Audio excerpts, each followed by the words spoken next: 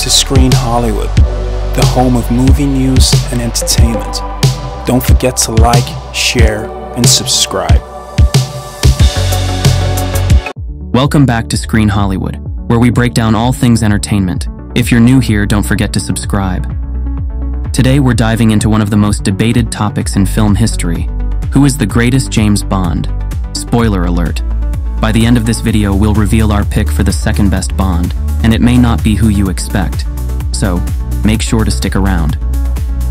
But, without question, Daniel Craig has claimed the throne as the greatest Bond to ever grace the screen.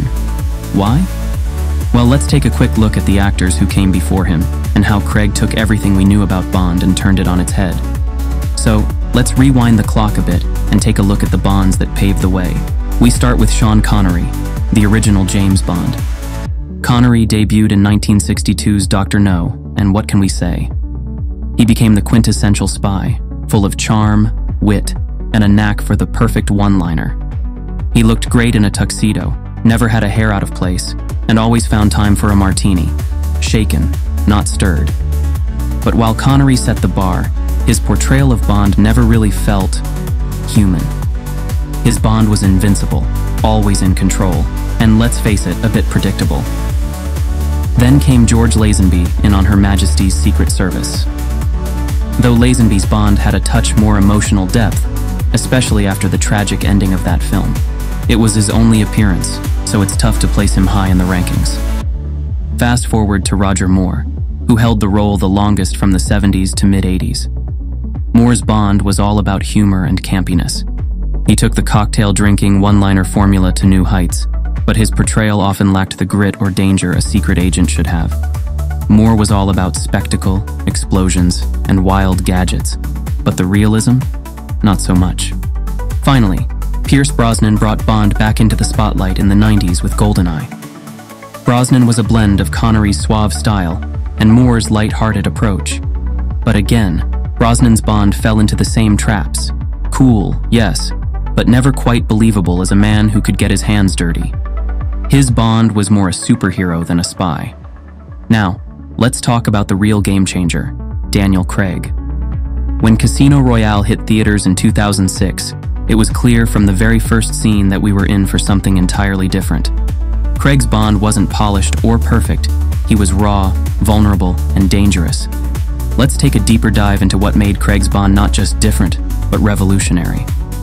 Unlike his predecessors, who seemed to glide through action sequences without breaking a sweat, Craig's Bond feels the impact of every punch, every fall, and every failure. In that gritty parkour chase in Casino Royale, you could see Bond's physical effort and his determination, not just as a refined secret agent, but as a man fighting to survive. Gone were the days of neatly pressed tuxedos and gadgets doing the dirty work. This Bond didn't need fancy tricks. He relied on his wits, instincts, and brutal physicality.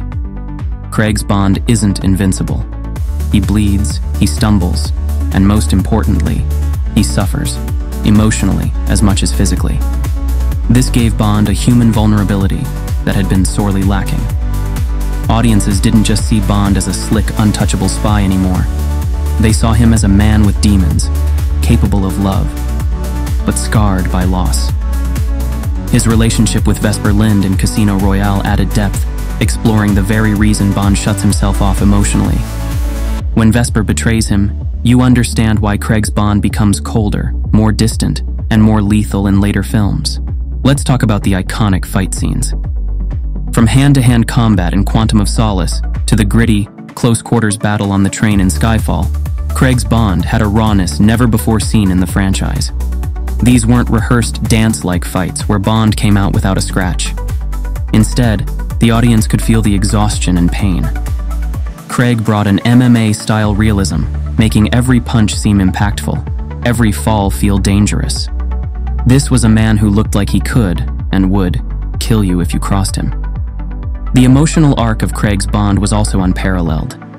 He wasn't a static character who waltzed through the films with a cocktail in hand.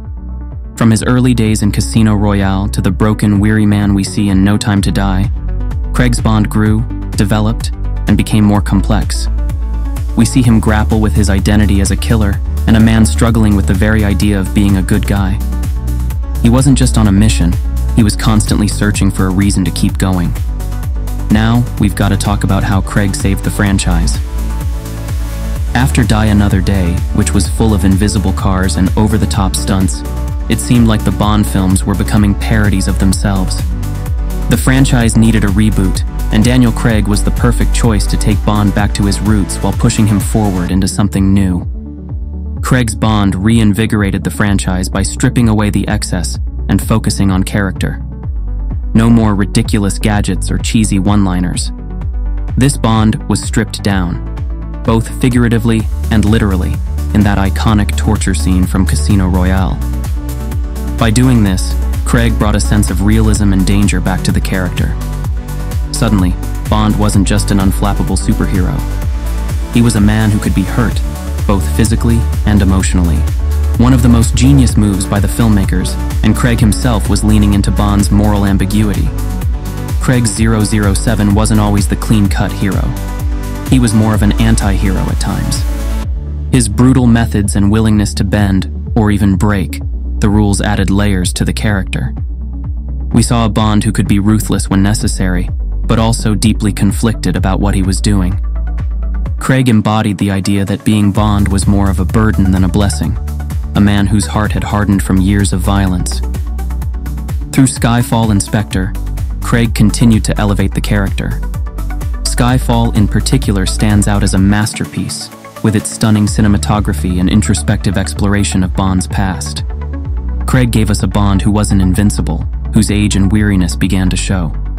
The fact that he could be so vulnerable made him all the more dangerous, because unlike the Bonds before him, Craig's 007 had nothing left to lose. Now, for those of you who stayed until the end, here's our pick for the second best Bond. And trust me, this might ruffle some feathers. Timothy Dalton. That's right. Timothy Dalton was a precursor to the cold, gritty Bond that Daniel Craig perfected. Dalton's Bond, especially in License to Kill, was all about revenge. He wasn't interested in the women, the one-liners, or the fancy gadgets. His Bond was serious, brooding, and incredibly violent, traits that were ahead of his time and probably underappreciated.